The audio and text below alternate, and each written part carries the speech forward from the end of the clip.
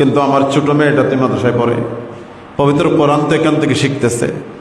তাইলে জেনারেল মাদ্রাসায়ও ছোট ছোট মেয়েরা কোরআন শিখার সুযোগ আছে। অতএব এত ঘন ঘন প্রতিষ্ঠান হওয়ার পরেও যদি কোনো মেয়ে আজও কোরআন শিখতে পারে না, কোরআন পড়তে পারে না, তাইলে একটা মেয়ের জন্য ব্যর্থ জীবন, বাবার জন্য ব্যর্থতা, মায়ের জন্য ব্যর্থতা, গোটা পরিবারের জন্য ব্যর্থতা। অতএব যে কোনো মূল্যে হলেও আমরা সচেষ্ট থেকে আমরা আমাদের মেয়েরে কোরআন শিখাবো। রাজি আছি না ইনশাআল্লাহ?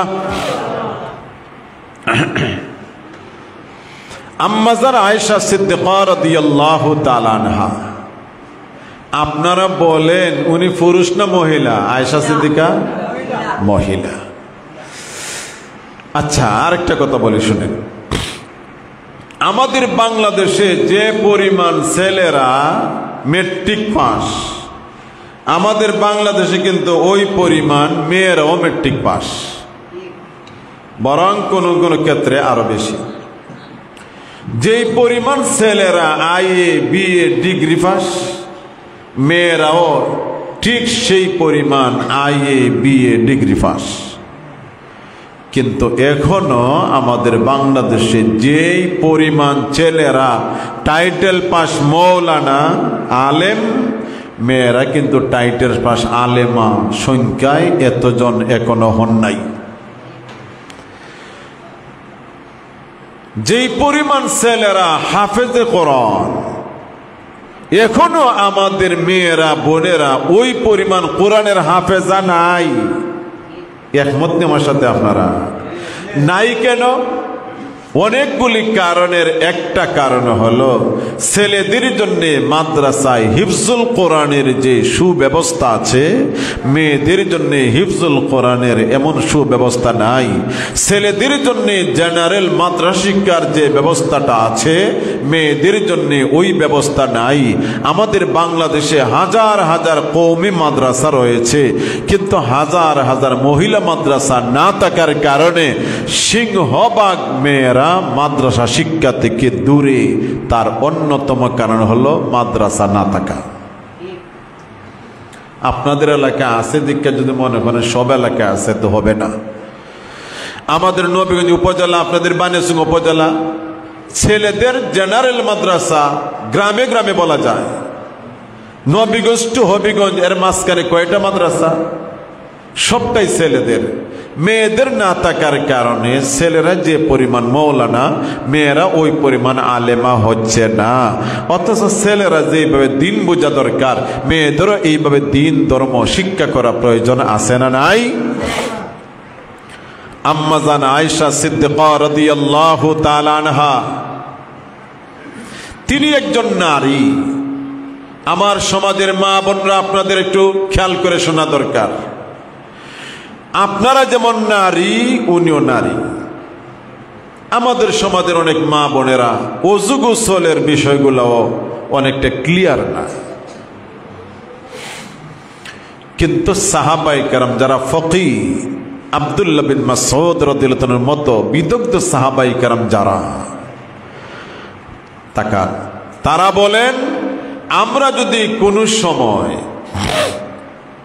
কোন মাসআলায় আমরা আটকা পড়ে যাইতাম, শুনতেছেন না আপনারা?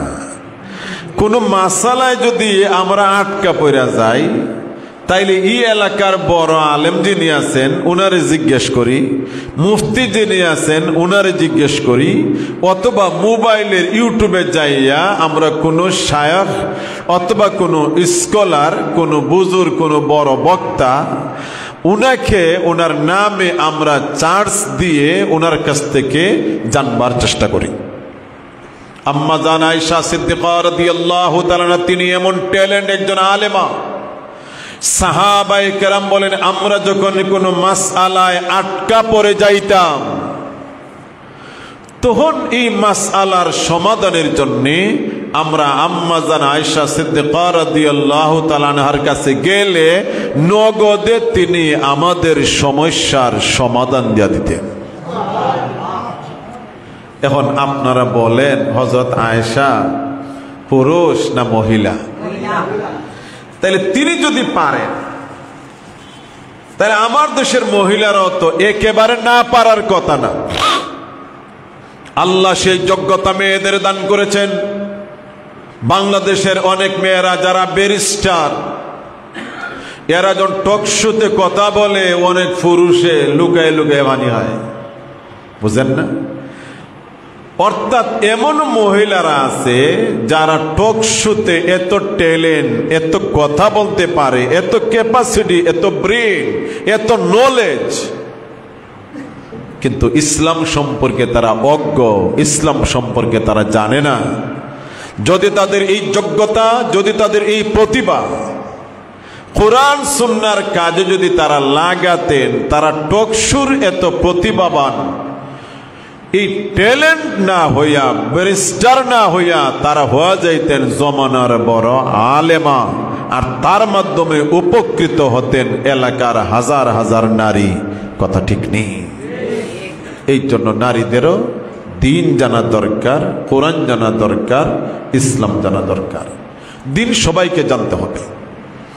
সূরা ফাতিহা নামাজে পড়া লাগবে, সূরা ফাতিহার সাথে আরেকটা সূরা মিলাতে হবে।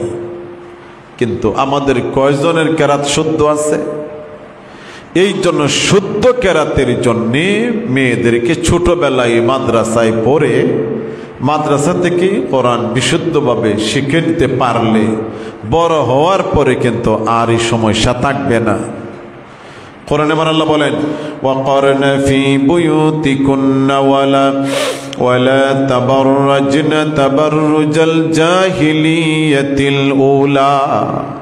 নারীগণ, তোমরা বাড়ি থাকবা, ঘর থেকে কখনো বের হইবা না, তবে প্রয়োজনে আপনারা বের হতে পারেন। এই প্রয়োজন শব্দটার ব্যাখ্যায় ফকিহগণ এবং মুফাসসিরে কোরআন ব্যাখ্যা দিয়ে বলেন, ওই নারী তার বাবার বাড়ি যেতে পারবেন। নারীর যদি আপন কেউ না থাকেন তাইলে হাট বাজার পর্দা রক্ষা করে করতে পারবেন। 3 নম্বর যে কারণটা, সেটা হইল কথার কথা ওই মেয়েটা ছোট থাকতে কোরআন ভালো করে শিখে নাই, কোরআন পড়ে নাই। এখন বিয়ের পরে মনের মাঝে জাগছে, হায় হায় রে, আমি একটা মুসলিম নারী, আমি তো কোরআন শিখা দরকার। এখন কোরআন শিখবেন কোথায়? বাড়িতে তো শিখাবার কেউ নাই। শোনা গেল হাফ কিলোমিটার দূরে মহিলার তত্ত্বাবধানে একজন মহিলা মুআল্লিমা, তিনি নারীদেরকে আন্তরিক সযত্নে কোরআন শিক্ষা দেন। তখন কিন্তু আপনার বাড়ির এই মহিলা কোরআন শিক্ষা করার জন্য ওই বাড়িতে যেতে পারবেন। এটা শরীয়তে তাকে জায়েজ করে দিয়েছে। নতুবা ওই সকল প্রয়োজন ছাড়া নারী ঘর থেকে বের হতে পারেন না। নারীর চেহারা, ফেস খোলা রাখা যাবে কিনা? আমাদের দেশে অনেক মহিলা আছে, মাশাআল্লাহ, তারা বুরকা পরছেন কিন্তু ফেস পুরাটাই খোলা। কথা বলেন না দেখি আপনারা? রাস্তাঘাটে দেদারসে মার্কেট করছেন, কথা বলছেন, হাঁটছেন, সবকিছু ফেস একেবারে খোলা রেখে। তাইলে আপনি যে বুরকাটা পরলেন, এটা পরার তো প্রয়োজন ছিল না। কারণ বুরকা ছাড়াও তো আপনার পরনে যে শাড়ি বা ত্রিপিস আছে, এর দ্বারা তো দেহ ঢাকা তো আছে। ওই কথা বলেন না? তাইলে আপনি জামারে বুরকা যা ডাকলেন, বুরকার তো মেন উদ্দেশ্য ছিল হিজাব, তার মানে আপনার শরীরটা ঢেকে রাখা। শরীরটা ডাকতে যাইয়া চেহারাটা খোলা রাখলেন, অথচ চেহারাটা হলো দেহের রাজধানী।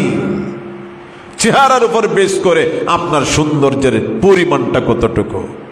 অনেকের গায়ের রং ফর্সা, কিন্তু গঠন চয়েস না হওয়ার কারণে অনেক ছেলের পক্ষ মেয়েকে পছন্দ করে না, না তার গঠনটা বেশি সুবিধা না। তাহলে বোঝা গেল চেহারা, ফেস, এটা দেহের রাজধানী, যেটা দিয়ে মানুষের সৌন্দর্যের মানদণ্ড, যেটা দিয়ে সৌন্দর্যের মাপকাঠি হিসেবে সাব্যস্ত হয়। এই চেহারা খোলা রাখা যাবে না। আম্মা জান আয়েশা সিদ্দিকা রাদিয়াল্লাহু তাআলা আনহা তিনি বলেন যে আমরা হজে গেলে, দেখেন খেয়াল করে, আমরা হজে গেলে তাওয়াফের সময় আমাদের চেহারা খোলা থাকত,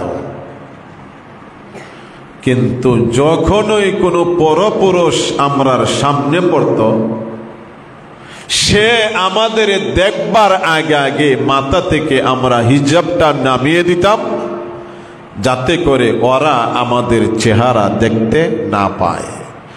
বর্তমানে তাওয়াফে যে ভিড়, আগের জমানায় তো তাওয়াফে তো ভিড় ছিল না, লোক সংখ্যা বর্তমানে চেয়ে অনেক কম ছিল না? বা কথা বলেন না আপনারা? বর্তমানে যে পরিমাণ, নবীর যুগে মানুষ কিন্তু এত বেশি ছিল নি, যে কারণে তাওয়াফের লোকজন কম। আম্মা জান আয়েশা বলেন, আমরা ভাবতাম কোনো পুরুষ নাই, এই জন্য চেহারা খোলা দুষ্কি, কিন্তু যখনই কোনো পুরুষকে আমরা দেখতাম, সাথে সাথে চেহারাটা আমরা ঢেকে নিতাম। আওয়াজে বলেন সুবহানাল্লাহ। যুদ্ধ থেকে ফিরে আসার পথে আম্মা জান আয়েশা সিদ্দিকা রাদিয়াল্লাহু তাআলা আনহা, তিনি ফিরে আসার পথে যে পালকিতে ছিলেন, এটা একটা ছোট আসন, এটাকে রাখা হতো একটা উটের পিঠে। যুদ্ধ থেকে ফিরে আসার পথে নবীজির অনুমতিক্রমে কাফেলা একটা জায়গায় রাতের অন্ধকারে থামলেন। থামার পরে ঘোষণাকারী ঘোষণা দিলেন, আপনাদের প্রয়োজন সাইরে আসেন। বর্তমানে ঢাকা গেলে হোটেল বিরতি আসেনি, মাতন্যা দিকে আপনারা হোটেল বিরতি আছে না? উজানবাটি, হাইওয়ে, রাজমণি, এগুলার হোটেল বিরতি আছে। সুপারভাইজার মাইক দিয়ে বলে 20 মিনিটের ভিতরে বিরতি, আপনারা আপনাদের প্রয়োজন সেরে আসেন। 20 মিনিট পরে আবার ঘোষণা দেয়, সিলেট থেকে চেয়ারে আসা বাস এখনই ঢাকার উদ্দেশ্যে রওনা হবে, সম্মানিত যাত্রীগণ আপন আপন সিট গ্রহণ করে নিতে। কয়নি? কয়।